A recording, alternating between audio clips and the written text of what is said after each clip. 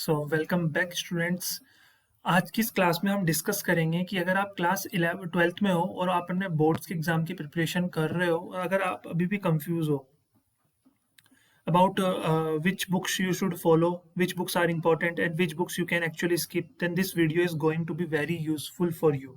ठीक है, we will discuss the complete book collection for class 12th mathematics, including what you should study first, what should you practice next, and which books can help you build stronger concepts and score better in your exam. So class को start करते हैं और मैं बताता हूँ आपको सबसे best collection आपकी बुक्स का क्या होगा और आपको किस ऑर्डर में उनको फॉलो करना है।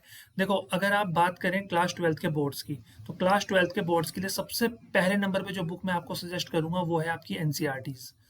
जो आपकी एनसीईआरटी की टेक्स्ट बुक है, ये आपके लिए बहुत स्ट्रॉन्ग बेस बनाने का काम करेंगे। आपके 50 to 60% जो बोर्ड के क्वेश्चंस हैं वो एनसीईआरटी से ही आने वाले हैं। ठीक है, या एनसीईआरटी बेस्ड क्वेश्चंस होंगे, बिल्कुल एनसीईआरटी के क्वेश्चंस के जैसे। तो 50 to 60% पेपर जो है आपका वो ये वाली बुक्स कवर करेंगी।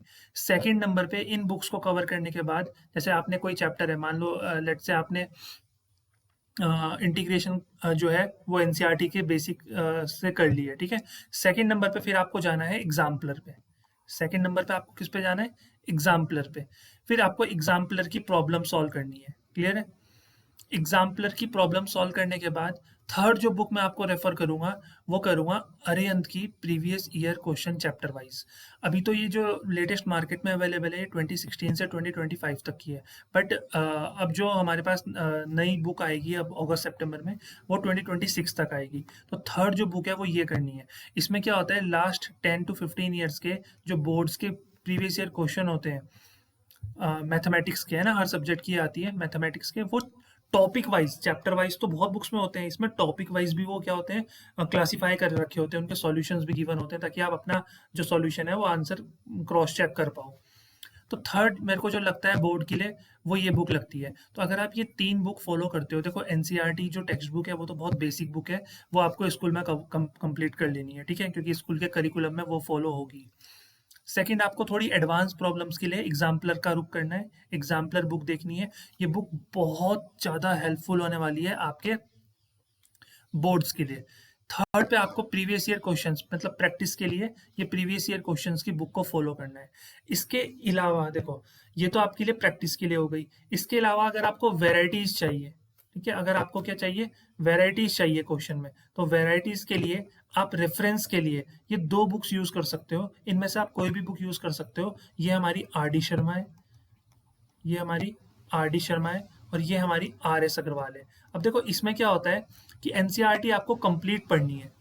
ये आपको एक एक क्वेश्चन इसका कंप्लीट करना है। एग्जाम्पलर बिल्कुल कंप्लीट करनी है, इसका एक भी क्वेश्चन नहीं स्किप करना है।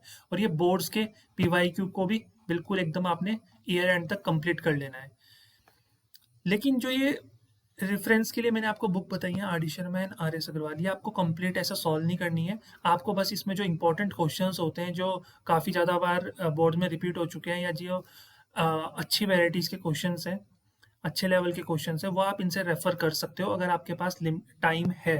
लेकिन अगर आपके पास लिमिटेड टाइम है तो मैं आपको सजेस्ट करूंगा कि पार्ट 1 या एनसीईआरटी, ठीक है, फिर सेकंड प्रायोरिटी किसको देनी है, एग्जाम्पलर को। और फिर जब ये आप चैप्टर कंप्लीट कर लोगे इन दोनों बुक से, फिर उस चैप्टर की प्रैक्टिस करने के लिए आपको पीवाईक्यू सबसे बेस्ट सोर्स है, ये अरिहंत। तो थर्ड आपको ये फॉलो करना है। उसके अलावा अगर आपको लगता है कि मेरे को और कुछ क्वेश्चंस प्रैक्टिस करने चाहिए, तब आप रेफरेंस के लिए दो बुक्स यूज कर सकते हो, R D Sharma and R S Agarwal. वरना ये तीन बुक्स जो है ये आपकी मोर देन इनफ हो जाएंगी आपकी बोर्ड प्रिपरेशन के लिए। मोर देन 90-95% पे क्वेश्चन जो होंगे वो इन्हीं बुक से आपको देखने के लिए मिलेंगे। ठीक है।